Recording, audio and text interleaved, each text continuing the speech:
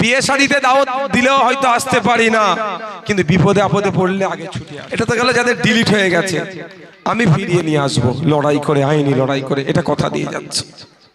আপনারা নিশ্চিন্তে থাকবেন, ভরসা করবেন, এতটুকু জানেন যে ভাইজান বিপদে আপনাদের হাত ছেড়ে চলে যাবে না। যদি বিপদে সুখের সময় পাশে না থাকিলেও বিপদে পড়লে বুক চিতিয়ে এসে লড়াই করবে, ভরসাটা করেন। তো মমতা ব্যানার্জি নাটক করছিল এসআইআর এর নামে, তখন আপনাদের বিধায়ক নওশাদ সিদ্দিকী দিল্লি গিয়ে সুপ্রিম কোর্টে মামলা করেছিল। এখনো যে আশার আলো দেখছেন, প্রতিনিয়ত সুপ্রিম কোর্টে পক্ষে বিপক্ষে যে সওয়াল জবাব হচ্ছে, যতটুকু আশা দেখতে পাচ্ছেন, এটা মনে রাখবেন, ভাঙড়ের বিধায়কের কিন্তু তার মধ্যে কিছু ক্রেডিট আছে। মামলাটা করেছিলাম বলে এখনো পর্যন্ত সেই আশার আলোটা দেখতে পাচ্ছি। এটা ডিলিট হয়ে গেছে।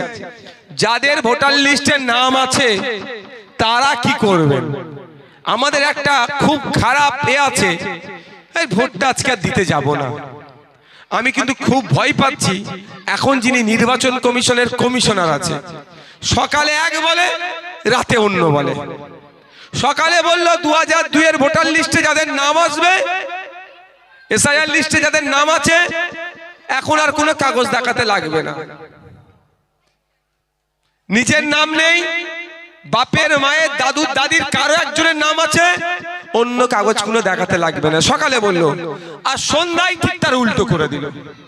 তাই আমি একটা বিষয় নিয়ে খুব আতঙ্কে আছি। কি বিষয়?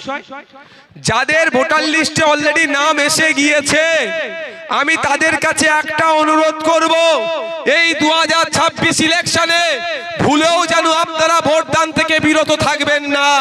প্রত্যেকে নিজের ভোট নিজে দেবেন, কারণ এইবার নির্বাচনে হয়তো ভোট দিলেন না, মনে হলো ধর এবার আর ভোটটা দেব না, এ ভুল কাজটা করবেন না। ও এখন পাগলা গরু খেপে গেছে, কখন কি বলছে বোঝা মুশকিল হয়ে যাচ্ছে। হয়তো এটাও বলে বসতে পারে 26 সালে যখন নির্বাচনে অংশগ্রহণ করেনি মানে ওর কোনো অস্তিত্ব নাই, ওর নামটা হয়তো ভুলে উঠে গিয়েছিল, ওইটাও ডিলিট করে দাও। কি বলছি বুঝে আসছে? এটাও বলে দিতে পারে যে ওর 26 সালে যার নাম উঠেছিল ভোট দেয়নি মানে ওর নামটা ভুলে উঠে গিয়েছিল, ওটা ডিলিট করে দাও। তাহলে কি হবে? আবার তো নওশাদ সিদ্দিকী যে আইনজীবীকে টানাটানি করতে হবে। এমনি ভাই পকেটে পয়সা নেই, কত আইনজীবী লাগাবো? তাহলে সুতরাং এবার আমরা কি করব? যাই হয়ে যাবে, এক হাত ছাড়া ছাড়া যদি বাজ পড়ে, এক হাত ছাড়া ছাড়া যদি বাজ পড়ে, বোমার আওয়াজও যদি শোনায়, এতটুকু মনে রাখবেন, ওই বোমার আওয়াজকে আপনাকে উপেক্ষা করতে হবে, দলবদ্ধ হতে হবে, ঐক্যবদ্ধ হতে হবে, সারিবদ্ধ হয়ে ওই দুর্বৃত্তদেরকে তাড়িয়ে আপনাকে আমাকে ভোট কেন্দ্রে গিয়ে আগামী দিনের জন্য আপনার আমার ভবিষ্যৎ সুরক্ষিত যেমন করব, সাথে সাথে আপনার আমার ভোটার লিস্টে নাম যাতে ঠিকঠাক থাকে তার ব্যবস্থা করতে হবে। এবার হতে পারে ছাপ্পা মেরে নিয়েছে তো আপনার ভোটটা। আচ্ছা, ছাপ্পা যখন মারে টাইম দিয়ে মারবে? যদি ছাপ্পা মারে, ছাপ্পা মারতে দিয়ে হবে না। ভাঙড়ে যদি একটা বুথে ছাপ্পা হয় বুঝতে পারবে অন্য জায়গায় কটা কি হবে। কি গো? হ্যাঁ, একটা বুথে যদি খবর পাই তাহলে দুটো বুথে ও বুঝে যাবে কি হবে। শান্তিপূর্ণ ভোট হবে, আমরা সাথ দেব। ভোট যদি না পাই হেরে যাব, বাড়ি চলে আসবো। কিন্তু কোন জায়গায় যদি ভোট চুরি হয়, এক জায়গায় যদি ভোট চুরি হয়, হাতের একটা আঙুল যদি ডিস্টার্ব করে বাকি 4টা আঙুল কিন্তু আছে, এটুকু মাথায় রাখবেন, বুঝে যান ইশারাতে। এটা ইশারাই বুঝে যান ভাই, এতটুকু। কি গো শামসুদ্দিন ভাই, সাদা ভাই, কি বলো? তাই হবে তো নাকি? একটা আঙুলকে ডিস্টার্ব করলে বাকি 4টা আঙুল আছে ভাই, স্বাভাবিকভাবে ডিস্টার্ব হবে। এবার বুঝে যাও, ছাপ্পার কোনো প্রশ্ন আসছে না। তারপরেও বলছি, বলতে পারে আমার ভোট তো অনেকজন মেরে নেবে। প্রিসাইডিং অফিসারদের কাছে ভোটার লিস্ট থাকে না? থাকে তো, ওখানে টিক মারতে হয় তো। কেউ যদি ছাপ্পা মারে ওখানে আর কি টিক মারবে? ও তো ভোটাভট ছাপ্পা মারবে। আপনার কিন্তু প্রিসাইডিং অফিসারের ভোটার লিস্টটাই কিন্তু সংরক্ষণ হয়ে থাকে কোথায়? নির্বাচন কমিশনের অফিসে। তাই আপনাদের বলবো নির্বিঘ্নে আপনাদেরকে যেতে হবে ভোট কেন্দ্রে গিয়ে আপনার মূল্যবান ভোট দিতে হবে। যদি মনে করেন খাম চিহ্নকে দিতে হবে, খাম চিহ্নকে দেবেন। যদি মনে করেন খাম চিহ্নের পরিবর্তে অন্য কাকে দেব, সেটাও দেবেন।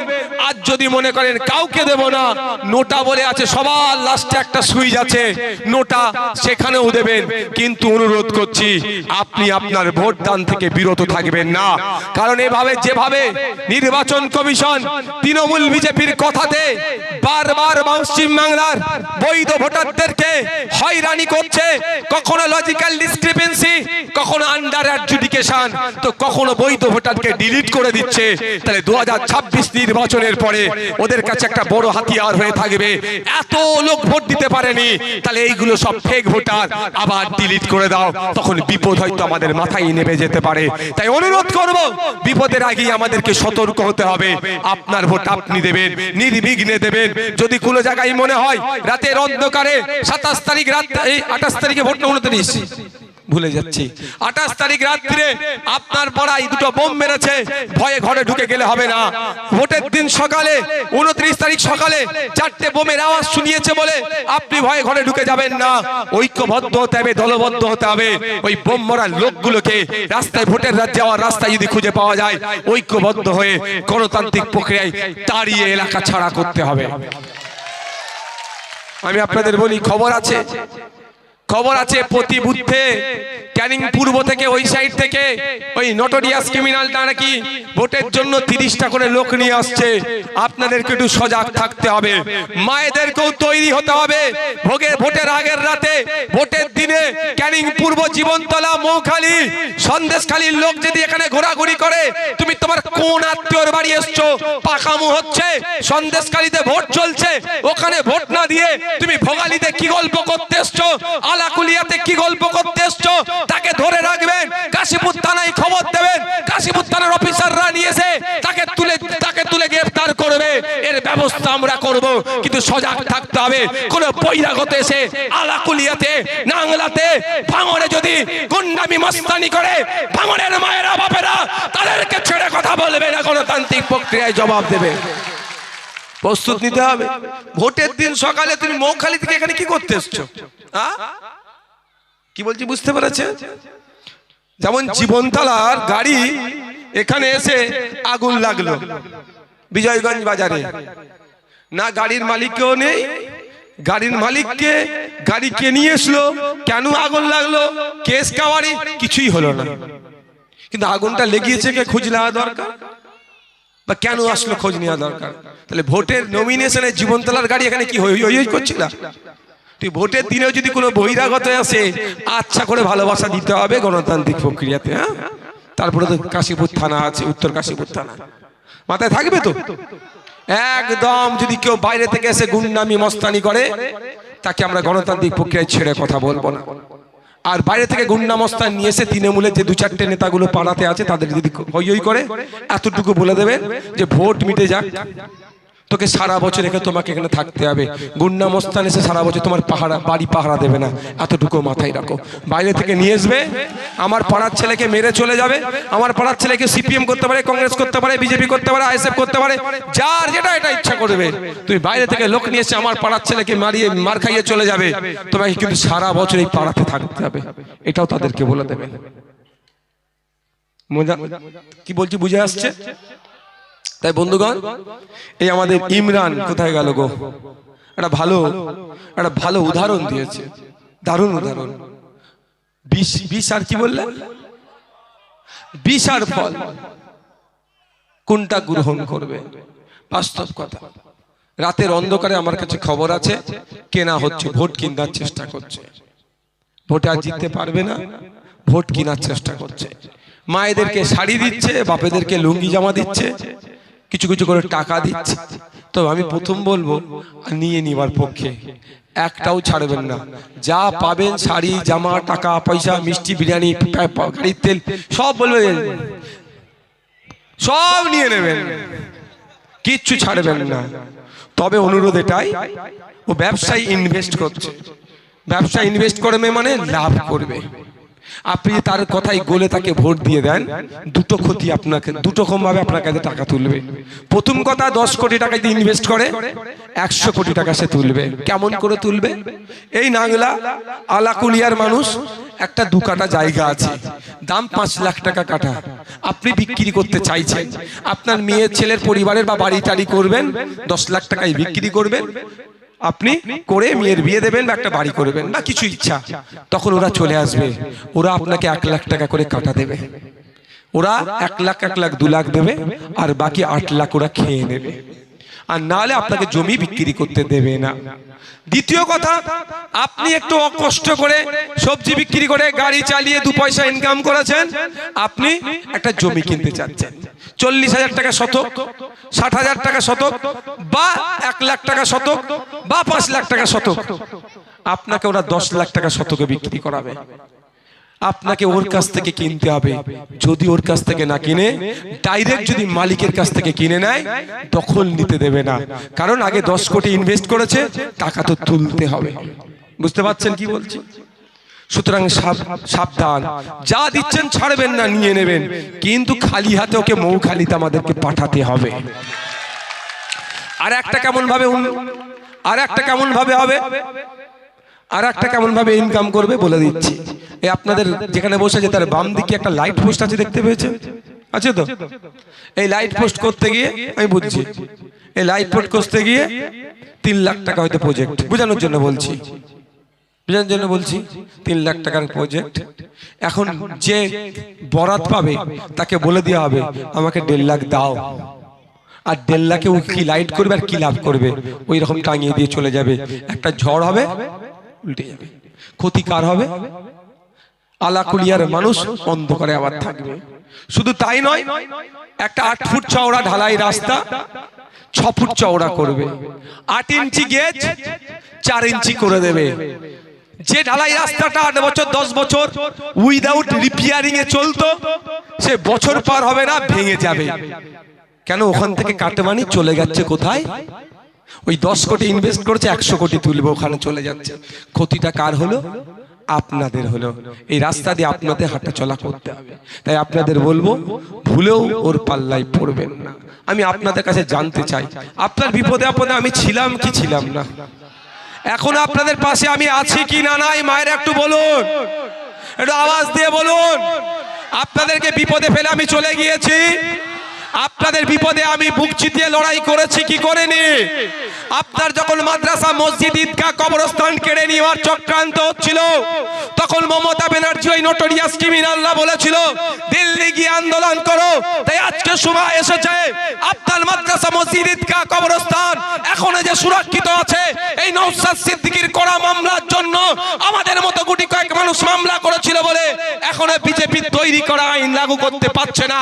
তাই আজ তারা গোপনে গোপনে বিজেপি তৃণমূল সেটিং করে নওশাদকে হারাবার জন্য শুভেন্দু অধিকারীর সাথে কথা বলে, হয়তো মমতা ব্যানার্জির সাথে কথা বলে, মোদির পরামর্শ নিয়ে ভাঙড়ের বিজেপির বিধায়ক প্রার্থীর সাথে গোপনে আলোচনা করছে। কারণ বিজেপি আইন তৈরি করছে, আপনার মসজিদ কাটবে, আপনার মাদ্রাসা কাটবে, আপনার ঈদগাহ কাটবে, আপনার ওয়াকফ সম্পত্তি কাটবে, আর নওশাদ সিদ্দিকী ওই আইন কাটানোর জন্য আইনি লড়াই করছে, কাটতে পারছে না। এই জন্য ওদের রাগ হচ্ছে, বিজেপি তৃণমূল মিলে এই আমাকে হারাবার চক্রান্ত করছে। তাই এর উত্তর আপনারা দেবেন কি দেবেন না? এই এখানে যারা গুটি কয়েক তৃণমূলের নেতা আছে তাদেরকেও বলবো, একটু ভাবুন তো, আপনার আব্বা আম্মা, দাদু দাদি যে কবরে শুয়ে আছে, সেই কবরটা এখনো যে বেঁচে আছে, অর্থাৎ বুলডোজার চালিয়ে দখল হয়ে যায়নি, এটা কিন্তু মমতা ব্যানার্জির করা মামলার জন্য নয়, ওই নটোরিয়াস ক্রিমিনালের মামলার জন্য নয়, নওশাদ সিদ্দিকীর করা মামলার জন্য। আর সেই নওশাদ সিদ্দিকীকে হারানোর জন্য নটোরিয়াস ক্রিমিনাল বিজেপির প্রার্থীর সাথে গোপনে আতাত করেছিল। ছবি এখন পাবলিক হয়ে গেছে বলে কি বলছে? সৌজন্য সাক্ষাৎ। সৌজন্য সাক্ষাৎ আমরা বুঝি। সৌজন্য সাক্ষাৎ গত বছরে, গত নির্বাচনে আমার সাথে হয়েছিল বিজেপির প্রার্থীর। কোথায়? ভোট কেন্দ্রে। আমিও পরিদর্শনে গেছি, উনিও গিয়েছেন। আমাকে বলছে নওশাদ ভাই কেমন আছো? আমি বলছি আমি ভালো আছি। দিদি আপনি কেমন আছেন? কারোর ঘরের মধ্যে ঢুকে দরজা দিয়ে গুজগুজ ফুসফুস করিনি অন্যকে হারাবার জন্য। বুঝতে পারছেন কেন আমার উপরে রাগ? কেন আমাকে হারাতে চাইছে?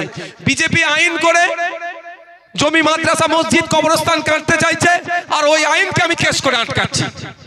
ওই জন্য মোদীর নির্দেশে মমতা আর শুভেন্দু অধিকারী বসে প্ল্যান করে আমাকে হারাবার চেষ্টা করছে।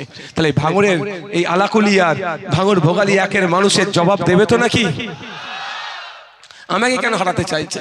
ফেক এসটিএসসি সার্টিফিকেট দিয়ে প্রকৃত এসটিএসসি দিয়ে বঞ্চিত করছে, আর নওশাদ সিদ্দিকী বিধানসভার মধ্যে দাঁড়িয়ে মন্ত্রীর বলতি বন্ধ করে দিচ্ছে, মুখের কথা বন্ধ করে দিচ্ছে। কেন ফেক এসটিএসসি সার্টিফিকেট ছেড়েছো? তাই এরা মোদি মমতা মিলে আমাকে হারাবার চক্রান্ত করছে। তাই বোন মায়েদের বলবো, আপনি যখন বিপদে পড়েছিলেন আমি বুক চিতিয়ে লড়াই করেছি। যদি মনে করেন আগামী 5 বছর একইভাবে আপনার পাশে থেকে বিপদে আপদে আপনার সাথ দিয়ে এবং আপনার ভোটাধিকার ফিরিয়ে নিয়ে আসার লড়াইয়ে শেষ পর্যন্ত লড়াই করে যাবে, অন্য কোনো প্রার্থী নয়, সংযুক্ত মোর্চা তথা বামেদের সমর্থন নিয়ে ইন্ডিয়ান সেকুলার ফ্রন্টের প্রার্থী হিসাবে আমাকে পুনরায় এখানে নির্বাচিত করে বিধানসভায় পাঠানো দরকার। তাহলে আপনাদের বলবো 29 এপ্রিল কারো কথায় কারো প্ররোচনায় পা দেওয়ার দরকার নাই। ইভিএম মেশিনের 5 নম্বরে বোতাম টিপে আমাকে খাম চিহ্নে ভোট দিয়ে বিধানসভায় পাঠান। বিগত 5 বছরের নয়, আগামী 5 বছর শিক্ষা, স্বাস্থ্য, কর্মসংস্থানের প্রশ্নে আপসীন সংগ্রাম করব, বিভাজনের বিরুদ্ধে লড়াই করব, ঐক্যের পক্ষে সওয়াল করব। তাই আপনারা যদি সুযোগ দেন, আপনাদের প্রতিনিধি হয়ে, মানুষের প্রতিনিধি হয়ে, রাজ্যের প্রতিনিধি হয়ে বিধানসভায় যেমন আওয়াজ তুলেছিলাম, আগামী 5 বছর আবার আওয়াজ তুলব। যদি আপনারা সুযোগ দেন, না সুযোগ দিলে পারবো না।